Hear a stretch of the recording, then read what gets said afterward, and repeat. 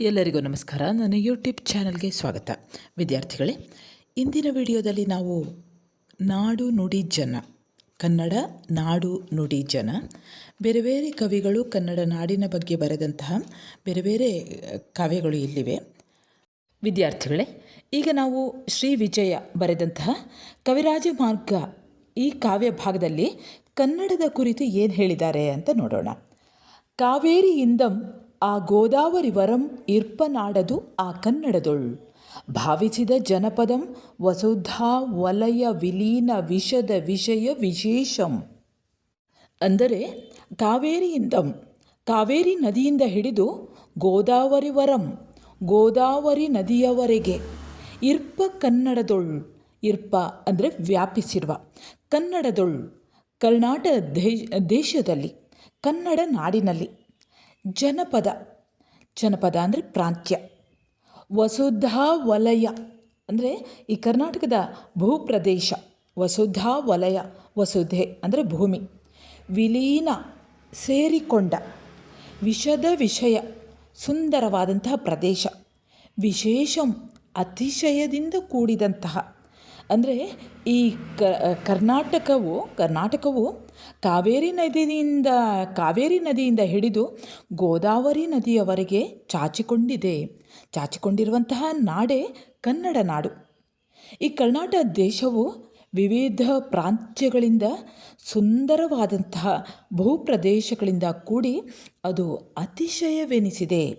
ಕಾವೇರಿ ನದಿ ಇರುವಂಥದ್ದು ದಕ್ಷಿಣದಲ್ಲಿ, ಹಾಗೆ ದಕ್ಷಿಣದಲ್ಲಿ ಇರುವಂತಹ ಕಾವೇರಿ ನದಿಯಿಂದ ಹಿಡಿದು ಉತ್ತರದಲ್ಲಿ ಇರುವಂತಹ ಗೋದಾವರಿ ನದಿಯವರೆಗೆ ಚಾಚಿಕೊಂಡಿರುವಂತಹ ನಾಡು ಕನ್ನಡ ನಾಡು ಅಂತ ಕರೆಯಲಾಗ್ತದೆ.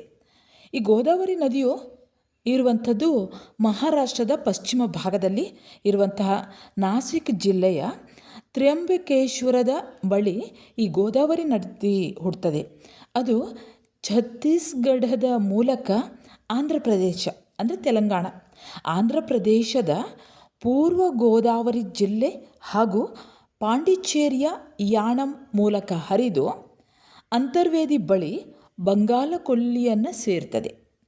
ಅಂದರೆ ಕವಿರಾಜ ಮಾರ್ಗಕಾರನ ಪ್ರಕಾರ ಅಂದಿನ ಕನ್ನಡ ನಾಡು ಇಂದಿನ ನಾಡಿಗಿಂತ ವಿಶಾಲವಾಗಿ ಆಂಧ್ರ ಪ್ರದೇಶದ ಸ್ವಲ್ಪ ಭಾಗವನ್ನು ಕೂಡ ಒಳಗೊಂಡಿತ್ತು. ಈ ಎರಡು ಪ್ರಮುಖ ನದಿಗಳ ನಡುವೆ ನೆಲೆಗೊಂಡಿರುವಂಥ ಈ ಕನ್ನಡ ನಾಡು ವಿವಿಧ ಪ್ರಾಂತ್ಯಗಳಿಂದಲೂ ಸುಂದರವಾದಂತಹ ಭೂಪ್ರದೇಶಗಳಿಂದಲೂ ಕೂಡಿ ಅತಿಶಯವಾದ ದೇಶ ಆಗಿತ್ತು ಎನಿಸಿಕೊಂಡಿತ್ತು ಅನ್ನೋದು ಕವಿರಾಜ ಮಾರ್ಗಕಾರನ ಹೆಮ್ಮೆಯ ಮಾತು. ಮುಂದೆ ಪಂಪ ಬರೆದ ವಿಕ್ರಮಾರ್ಜುನ ವಿಜಯ, ಇದರಲ್ಲಿ ಈ ಕನ್ನಡ ನಾಡು ಚಂದದ ಬಗ್ಗೆ ಏನು ಹೇಳ್ತಾರೆ ಅನ್ನುವಂಥದ್ದು ನೋಡೋಣ. ಸೊಗೈಸಿ ಬಂದ ಮಾಮರನೇ ತಳ್ತ ಎಲೆವಳ್ಳಿಯೇ ಪೂತ ಜಾತಿ ಸಂಪಗೆಯೇ ಕೊಕಿಲ್ವ ಕೋಗಿಲೆಯೇ ಪಾಡುವ ತುಂಬಿಯೇ ನಲ್ಲರೊಳ್ಮೊಗಂ ನಗೆ ಮೊಗದೊಳ್ ಪಳಂಚಲೆಯೇ ಕೂಡುವ ನಲ್ಲರೆ ನೋಳ್ಪಡಾವ ಬೆಟ್ಟಗಳೊಳ್ ಆವ ನಂದನವನಗಳೊಳಂ ಬನವಾಸಿ ದೇಶದೊಳ್. ಪಂಪ ಬನವಾಸಿ ದೇಶವನ್ನು ತಾನು ಬರೆದಂತಹ ವಿಕ್ರಮಾರ್ಜುನ ವಿಜಯಂನಲ್ಲಿ ಈ ರೀತಿ ಹೊಗಳ್ತಾರೆ. ಈ ಬನವಾಸಿ ದೇಶ ಹೇಗಿತ್ತು ಅನ್ನುವಂಥದ್ದು, ಆ ಬನವಾಸಿ ದೇಶದ ಯಾವ ಬೆಟ್ಟಗಳಲ್ಲಿಯೂ ಉದ್ಯಾನವನಗಳಲ್ಲಿಯೂ ನೋಡುವುದಾದರೆ ಸೊಗಸಾಗಿ ಫಲ ಬಿಟ್ಟಿರುವ ಮಾವಿನ ಮರಗಳನ್ನು ಕಾಣಬಹುದು. ದಟ್ಟವಾಗಿ ಸೇರಿಕೊಂಡಿರುವ ವೀಳ್ಯದ ಎಲೆಯ ಬಳ್ಳಿಗಳನ್ನು ನೋಡಬಹುದು. ಹೂವನ್ನು ಬಿಟ್ಟಿರುವಂತಹ ಜಾಜಿ ಮತ್ತು ಸಂಪಗೆ ಗಿಡಗಳನ್ನು ಎಲ್ಲೆಂದರಲ್ಲಿ ನೋಡಬಹುದಿತ್ತು. ಸುಸ್ವರವಾಗಿ ಧ್ವನಿ ಮಾಡುವಂತಹ ಕೋಗಿಲೆ, ಜೇಂಕರಿಸುವಂತಹ ದುಂಬಿಗಳು, ಹಾಗೆ ಎಲ್ಲಿ ನೋಡಿದರಲ್ಲಿ ಪ್ರೇಯಸಿಯರ ಒಳ್ಳೆಯ ಮುಖಗಳೇ ಕಾಣಸಿಗ್ತಾ ಇತ್ತುವಂತೆ. ಹಾಗೆ ನಗು ಮುಖದಿಂದ ಪ್ರತಿಭಟಿಸಿ ಕೂಡುವ ನಲ್ಲರನ್ನು ಎಲ್ಲ ಕಡೆಯೂ, ಈ ಉದ್ಯಾನವನದಲ್ಲಿ ಎಲ್ಲ ಕಡೆಯೂ ಕೂಡ ನೋಡಬಹುದಿತ್ತು ಅಂತ ಹೇಳ್ತಾರೆ ಪಂಪ ತನ್ನ ವಿಕ್ರಮಾರ್ಜುನ ವಿಜಯಂನಲ್ಲಿ. ತೆಂಕಣ ಗಾಳಿ ಸೋಂಕಿದೊಡಂ ಒಳ್ನುಡಿ ಗೇಳ್ದೊಡಂ ಇಂಪನಾಳ್ವ ಗೇಯಂ ಕಿವಿ ಒಕ್ಕಡಂ ಬಿರಿದ ಮಲ್ಲಿಗೆ ಗಂಡೊಡಂ ಆದ ಕೆಂದಲಂ ಪಂಗೆಡೆಗೊಂಡಡಂ ಮಧು ಮಹೋತ್ಸವ ಮಾದೊಡಂ ಏನನೆಂಬೆನ್ ಆರಂಕುಶವಿಟ್ಟೊಡಂ ನೆನೆವುದೆನ್ನ ಮನಂ ಬನವಾಸಿ ದೇಶಮಂ. ಅಂದರೆ ತೆಂಕಣ ಗಾಳಿ ಸೋಂಕಿದೊಡಂ, ದಕ್ಷಿಣ ದಿಕ್ಕಿನ ತಂಪಾದ ಗಾಳಿಯು ಸೋಕಿದರು, ತಂಪಾದ ಗಾಳಿಯ ಸ್ಪರ್ಶವಾದರೂ ಒಳ್ನುಡಿಗೇಳ್ದೊಡಂ, ಒಳ್ಳೆಯ ಮಾತನ್ನು ಕೇಳಿದರೂ ಇಂಪನಾಳ್ದ ಗೇಯಂ ಕಿವಿವೊಕ್ಕಡಂ, ಇಂಪಾದ ಗೇಯ ಗಾನವು ಕಿವಿಯನ್ನು ಪ್ರವೇಶಿಸಿದರೂ ಬಿರಿದ ಮಲ್ಲಿಗೆ ಕಂಡೊಡಂ, ಬಿರಿದ ಮಲ್ಲಿಗೆಯ ಹೂವನ್ನು ಕಂಡರೂ ಮಲ್ಲಿಗೆ ಹೂವು ಅರಳಿ ತನ್ನ ಸುವಾಸನೆಯನ್ನು ಬೀರಿದಾಗ. ಹಾಗೆ ಪಂಪ ಹೇಳ್ತಾನೆ, ಮಧು ಮಹೋತ್ಸವ ಮಾದೊಡಂ. ಮಧು ಮಹೋತ್ಸವ, ವಸಂತೋತ್ಸವ ಪ್ರಾಪ್ತವಾದರೂ ಕೂಡ ಯಾರೇ ಅಂದರೆ ಇಲ್ಲಿ ಯಮಧರ್ಮರಾಯ ತನ್ನ ಈಟಿಯನ್ನು, ಅಂಕುಶವನ್ನು, ಆ ಶೂಲವನ್ನು, ತನ್ನ ಈಟಿಯನ್ನು ನನ್ನ ಕೊರಳಿಗೆ ಅಂಕುಶವಿಟ್ಟೊಡಂ, ನನ್ನ ಕೊರಳಿಗೆ ಅದನ್ನು ಇಟ್ಟರೂ ಕೂಡ, ಅಂದರೆ ಯಮಧರ್ಮರಾಯನೇ ಬಂದು ತನ್ನ ಶೂಲವನ್ನು ನನ್ನ ಕೊರಳಿಗೆ ಇಟ್ಟು ಅದುಮುತ್ತಿದ್ದರೂ, ಅಂದರೆ ನಾನು ಎಂತಹ ಸಂಕಷ್ಟದಲ್ಲಿ ಇದ್ದರೂ ಕೂಡ ನೆನೆವುದೆನ್ನ ಮನಂ ಬನವಾಸಿ ದೇಶಮಂ. ನನ್ನ ಮನಸ್ಸು ಯಾರು ಏನೇ ಮಾಡಿದರೂ ಕೂಡ, ಎಂತಹ ಸಂಕಷ್ಟದಲ್ಲಿ ಇದ್ದರೂ ಕೂಡ ನನ್ನ ಮನಸ್ಸು ಆ ಸುಂದರವಾದಂತಹ ಬನವಾಸಿ ದೇಶವನ್ನು ಅಂದರೆ ಕರ್ನಾಟಕವನ್ನು ನನ್ನ ಮನಸ್ಸು ಎಣಿಸುತ್ತದೆ, ನೆನೆಯುತ್ತದೆ. ಯಾರು ಅಂಕುಶದಿಂದ ತಿವಿದರೂ ಕೂಡ ನನ್ನ ಮನಸ್ಸು ಬನವಾಸಿ ದೇಶವನ್ನು ನೆನೆಯುತ್ತದೆ ಅಂತ ಪಂಪ ತನ್ನ ವಿಕ್ರಮಾರ್ಜುನ ವಿಜಯಂನಲ್ಲಿ ಹೇಳಿದ್ದಾನೆ. ಇನ್ನು ಈ ಕರ್ನಾಟಕದ ಬಗ್ಗೆ, ಈ ಕನ್ನಡ ನಾಡು ನುಡಿಯ ಬಗ್ಗೆ, ಜನರ ಬಗ್ಗೆ ಆಂಡಯ್ಯ ತನ್ನ ಕಬ್ಬಿಗರ ಕಾವ ಅನ್ನುವಂತಹ ಕೃತಿಯಲ್ಲಿ ಏನು ಹೇಳ್ತಾರೆ ಅಂತ ನೋಡೋಣ. ಪಲವುಂ ನಾಲಗೆಯುಳ್ಳವಂ ಬಗೆವೊಡೆ ಎಂದುಂ ಬಣ್ಣಿಸಲ್ಕಾರಂ ಆ ನೆಲನಂ ಮತ್ತಿನ ಮಾನಿಸರ್ ಪೊಗಳಲ್ ಏನಂಬಲ್ಲರ್ ಎಂಬೊಂದು ಬಲ್ಲುಲಿಯಂ ತಾಳ್ದು ಕನ್ನಡಂ ಎನಿಪ್ಪ ಆ ನಾಡು ಚೆಲ್ವಾಯ್ತು ಮೆಲ್ಲೆಲರಿಂ ಪೂತ ಕೊಳಂಗಳಿಂ ಕೆರೆಗಳಿಂ ಕೇಯ್ಗಳಿಂ. ಈ ಪದ್ಯ ಭಾಗದಲ್ಲಿ ಆಂಡಯ್ಯ ಹೇಳ್ತಾರೆ, ಈ ಕನ್ನಡ ನಾಡು ಅನ್ನುವಂಥದ್ದು ಯಾವ ರೀತಿ ಇದೆ, ಕನ್ನಡ ಅನ್ನುವಂತಹ ಪದ ಯಾವ ರೀತಿ ಇದೆ ಅನ್ನೋದನ್ನು ಆಂಡಯ್ಯ ಹೇಳ್ತಾರೆ. ಹಲವು ನಾಲಗೆಗಳನ್ನು ಉಳ್ಳಂತಹ ಆ ಆದಿಶೇಷನೇ ಅದರ ಚೆಲುವನ್ನು ಬಣ್ಣಿಸಲಾರ.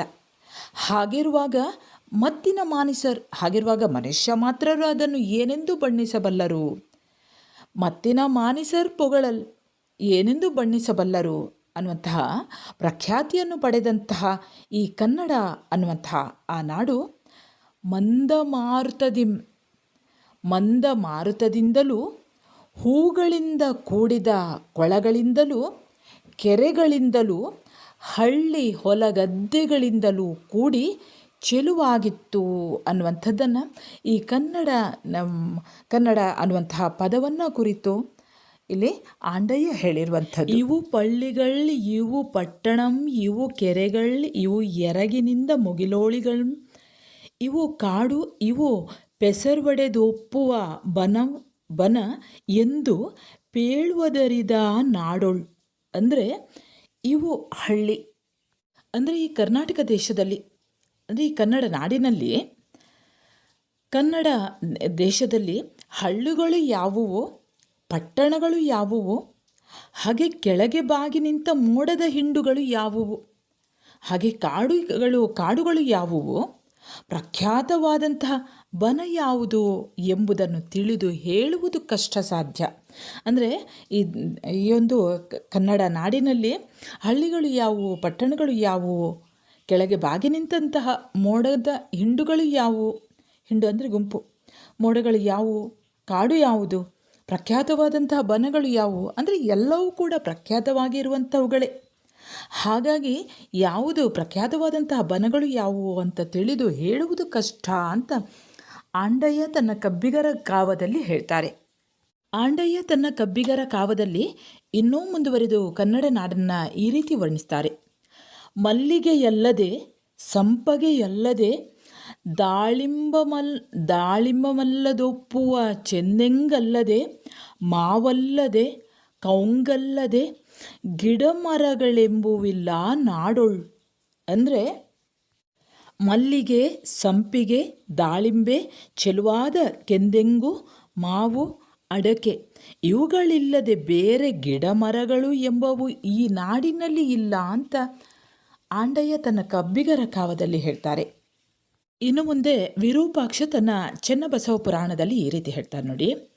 ಅಲ್ಲಿಗಲ್ಲಿಗೆ ಬೆಳೆದ ಬೆಳೆಗಳಿಂ ಮೆಳೆಗಳಿಂ ಅಲ್ಲಿಗಲ್ಲಿಗೆ ವನಸ್ಥಳಗಳಿಂ ಕೊಳಗಳಿಂ ಅಲ್ಲಿಗಲ್ಲಿಗೆ ರನ್ನದರೆಗಳಿಂ ಕೆರೆಗಳಿಂ ಪರಿವ ಪರಿಕಾಲ್ಗಳಿಂ ಅಲ್ಲಿಗಲ್ಲಿಗೆ ತೋರ್ಪ ಗಿರಿಗಳಿಂ ಕರಿಗಳಿಂ ಅಲ್ಲಿಗಲ್ಲಿಗೆ ನೆರೆದ ಶುಖಗಳಿಂ ಪಿಕಗಳಿಂ ಅಲ್ಲಿಗಲ್ಲಿಗೆ ಗವಾಸ್ಪದಗಳಿಂ ನದಗಳಿಂದ ದೇಶಂ ಒಪ್ಪಿರ್ದುದು.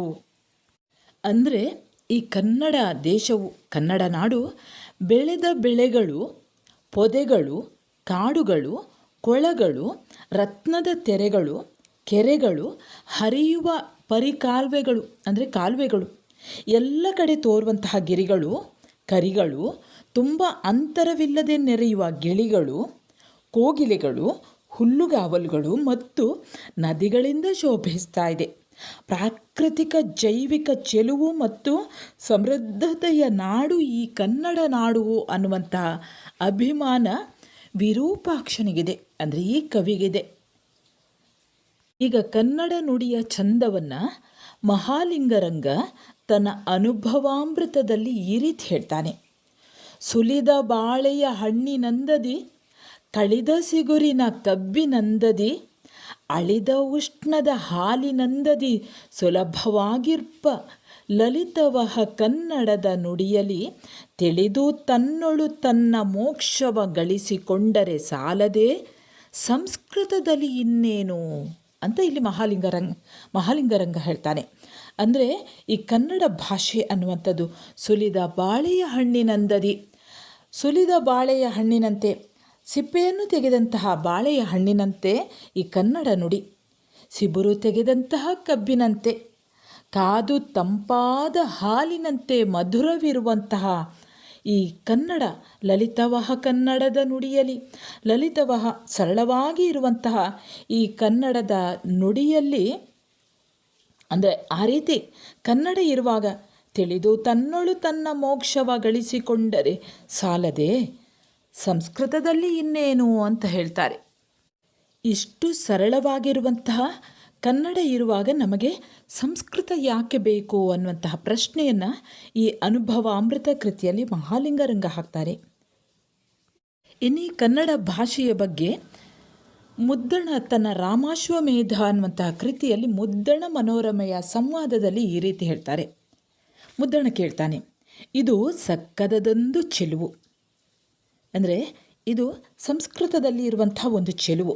ಆಗ ಮನೋರಮೆ ಹೇಳ್ತಾಳೆ, ಲೇಸು ಲೇಸು ನೀರಿಳಿಯದ ಗಂಟಲೊಳ್ ಕಡುಬನ್ ತುರುಕಿದಂತಾಯ್ತು ಕನ್ನಡದ ಸೊಗಸನ್ ಅರಿಯಲಾರ್ತೆನಿಲ್ಲೆನಗೆ ಸಕ್ಕದದ ಸೊಗಸಂ ಪೇಳುವುದು ಗಡ.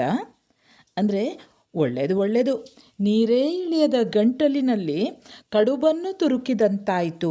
ಅಂದರೆ ಸಂಸ್ಕೃತ ಅನ್ನುವಂಥದ್ದು ಕಡುಬಿನ ಹಾಗೆ, ನೀರೇ ಇಳಿಲಿಕ್ಕಾಗ್ತಾ ಇಲ್ಲ ಗಂಟಲಿನಲ್ಲಿ. ಈ ಭಾಷೆಯನ್ನು, ಕನ್ನಡವೇ ನನಗೆ ಸರಿಯಾಗಿ ಅರ್ಥೈಸಿಕೊಳ್ಳಿಕ್ಕಾಗ್ತಾ ಇಲ್ಲ, ಇನ್ನು ನೀನು ಸಂಸ್ಕೃತವನ್ನು ಹೇಳ್ತಾ ಇದ್ದೀಯಾ, ಸಕ್ಕದದ ಸೊಗಸಂ ಪೇಳುವುದು ಗಡ, ನೀನು ಆ ರೀತಿ ಸಂಸ್ಕೃತವನ್ನು ಹೇಳ್ತಾ ಇದೆಯಾ ಅಂತ ಹೇಳುವಾಗ ಮುದ್ದಣ್ಣ ಹೇಳ್ತಾನೆ, ಅಪ್ಪೊಡಿನ್ನೆಂತು ಒರೆವೆಂ, ಹಾಗಾದರೆ ನಾನು ಇನ್ನೇನು ಹೇಳಲಿ. ಆಗ ಮನೋರಮೆ ಹೇಳ್ತಾಳೆ, ತಿರುಳ್ಗನ್ನಡದ ಬೆಳ್ನುಡಿಯೊಳೆ ಪುರುಳೊಂದೇ ಪೇಳುವುದು ಕನ್ನಡಂ ಕತ್ತುರಿಯಲ್ತೆ.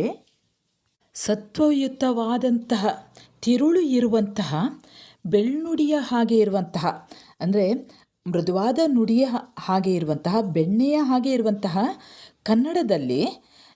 ಕನ್ನಡದಲ್ಲೇ ನೀನು ಹೇಳು, ಯಾಕಂದರೆ ಕನ್ನಡವು ಕಸ್ತೂರಿಯಲ್ಲವೇ ಅಂತ ಕೇಳ್ತಾಳೆ. ಆಗ ಮುದ್ದಣ್ಣ ಹೇಳ್ತಾನೆ, ಅಪ್ಪುದಪ್ಪುದು ಆದೊಡಂ ಸಕ್ಕದ ಮುಂದೆ ರನ್ನವಣಿಯಂ ತೆಸೆಗುಂ ಆದರಿಂ ಕರ್ಮಣಿ ಸರದೊಳ್ ಚೆಂಬವಳಮಂ ಕೋದಂತಿರೆ ರಸಂ ಒಸರೆ ಲಕ್ಕಣಂ ಮಿಕ್ಕಿರೆ ಎಡೆ ಎಡೆಯೊಳ್ ಸಕ್ಕದದ ನಲ್ನುಡಿ ಮೆರೆಯೇ ತಿರುಳ್ಗನ್ನಡದೊಳೆ ಕಥೆಯನ್ನು ಉಸಿರ್ವೆಂ. ಅಂದರೆ ಮುದ್ದಣ್ಣ ಹೇಳ್ತಾನೆ, ಮನೋರಮೆ ಕನ್ನಡವೂ ಕಸ್ತೂರಿ ಅಲ್ಲವೇ ಅಂತ ಹೇಳಿದಾಗ ಅಪ್ಪುದಪ್ಪುದ ಹೌದು ಆದರೆ ನಾನು ಈ ಸಕ್ಕದಂ ಒಂದೇ ರನ್ನವಣಿಯಂ ಪೊನ್ನಿಂಬೆ ಅಂದರೆ ಸಕ್ಕದ ಎನ್ನುವಂತಹ ಇದಕ್ಕೆ ಒಪ್ಪಿದಂತಹ ಮುದ್ದಣ್ಣ ಈ ರೀತಿ ಹೇಳ್ತಾನೆ. ಕರಿಮಣಿ ಸರದಲ್ಲಿ ಮಧ್ಯ ಹವಳವನ್ನು ಹಾಕಿ ಪೋಣಿಸಿದರೆ ಹೇಗಿರ್ತದೋ ಆಗ ಅಂದರೆ ಕರಿಮಣಿಯ ಅಂದ ಇನ್ನೂ ಹೆಚ್ಚುತ್ತದೆ. ಅದೇ ರೀತಿಯಲ್ಲಿ ಕನ್ನಡದಲ್ಲಿ ಅಗತ್ಯವಿದ್ದಲ್ಲಿ ಸಂಸ್ಕೃತ ಪದಗಳನ್ನು ಬಳಸಿದರೆ ಕನ್ನಡ ನುಡಿಯ ಅಂದ ಹೆಚ್ಚುತ್ತದೆ ಅಂತ ಮುದ್ದಣ್ಣ ಮನೋರಮೆಗೆ ಹೇಳ್ತಾನೆ.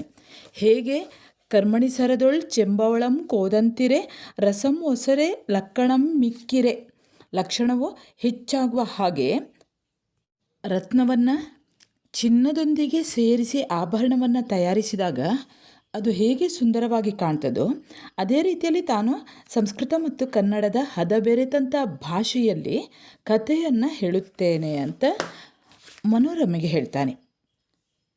ವಿದ್ಯಾರ್ಥಿಗಳೇ, ಇನ್ನು ನಾವು ಕನ್ನಡದ ಜನ ಚಂದ ಅನ್ನುವಂತಹ ಈ ವಿಷಯದ ಕುರಿತು ನೋಡೋಣ. ಏನು ಹೇಳಿದ್ದಾರೆ ಅನ್ನುವಂಥದ್ದು ನೋಡೋಣ. ಪದನರಿದು ನುಡಿಯಲ್ ನುಡಿದುದನ್ ಅರಿದು ಅರಿಯಲುಂ ಆರ್ಪರ್ ಆ ನಾಡವರ್ಗಳ್ ಚದುರರ್ ನಿಜದಿಂ ಕುರಿತು ಓದದೆಯಿಂ ಕಾವ್ಯ ಪ್ರಯೋಗ ಪರಿಣತ ಮತಿಗಳ್. ಅಂದರೆ ಈ ಕನ್ನಡಿಗರು ಯಾವ ರೀತಿ ಇದ್ದಾರೆ ಅಂದರೆ, ಕನ್ನಡಿಗರು ಯಾವುದೇ ಒಂದು ಪದ ಇರ್ಬೋದು, ಆ ಪದದ ಅರ್ಥವನ್ನು ಅರಿತು ಮಾತನಾಡುವಂಥ ಸಾಮರ್ಥ್ಯವುಳ್ಳವರು. ತಾವು ಆಡುವಂತಹ ಮಾತುಗಳನ್ನು ಅರ್ಥ ಮಾಡಿಕೊಂಡು ನಡೆಯುವವರವರು ಆರ್ಪರ್, ಸಾಮರ್ಥ್ಯವುಳ್ಳವರು. ಅಂತಹ ಸಾಮರ್ಥ್ಯವುಳ್ಳವರು ಆ ಸಾಮಾನ್ಯ ಜನರು ನಿಜವಾಗಿಯೂ ಕೂಡ ಚತುರರು ಅಂದರೆ ಬುದ್ಧಿವಂತರವರು. ಅವರು ಶಿಕ್ಷಣವನ್ನು ಪಡೆಯದಿದ್ದರೂ ಕೂಡ ಅಂದರೆ ಓದದಿದ್ದರೂ ವಿದ್ಯಾಭ್ಯಾಸವನ್ನು ಮಾಡದಿದ್ದರೂ ಕೂಡ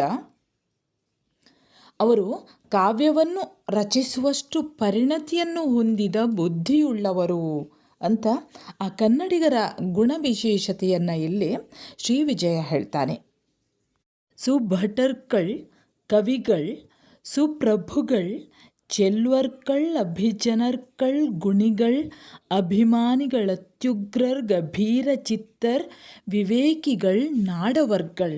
ಅಂದರೆ ಕನ್ನಡ ನಾಡಿನ ಜನ ಯಾವ ರೀತಿ ಇದ್ದರು, ಅವರಲ್ಲಿ ಯಾವ ರೀತಿಯ ಗುಣಗಳಿದ್ದವು ಅನ್ನೋದನ್ನು ಇಲ್ಲಿ ಹೇಳ್ತಾರೆ.